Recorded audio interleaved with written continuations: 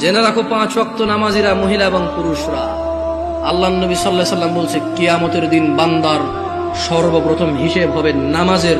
Fine সলুহাত, যার নামাজ ঠিক থাকবে সে নাজাতও পাবে, জিতেও যাবে। আর যার নামাজ ঠিক থাকবে না সে হেরেও যাবে, ধ্বংস হবে। নাউযুবিল্লাহ।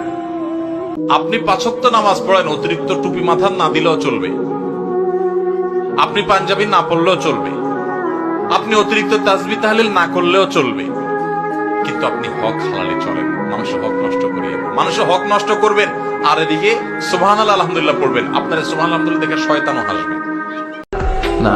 অন্যের জন্য দোয়া করবেন, এতে লাভ আছে।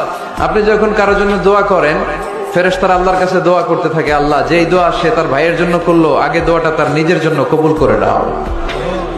আপনি দোয়া করলেন, আল্লাহ আমার এই ভাইটার টাকা পয়সা নাই, তুমি তারে ধনী বানায় দাও। ফেরেশতারা তখন বলে ওয়ালা কাবি মিসলিন, মানে আল্লাহ যিনি দোয়া করতেছে আগে তারে ধনী বানিয়ে দাও। সুবহানাল্লাহ কইতে পারলেন না? ওই স্বামীরা সৌভাগ্যবান যে স্বামীদেরকে তাদের স্ত্রী ইসলামের ব্যাপারে হেল্প করে, যে স্বামীকে তাদের স্ত্রী নামাজের ব্যাপারে তাগিদ দেয়, যে স্বামীকে তাদের স্ত্রী রোজার ব্যাপারে তাগিদ দেয়, যে স্বামীকে তাদের স্ত্রী পরনারী থেকে হেফাজতের জন্য তাগিদ দেয়।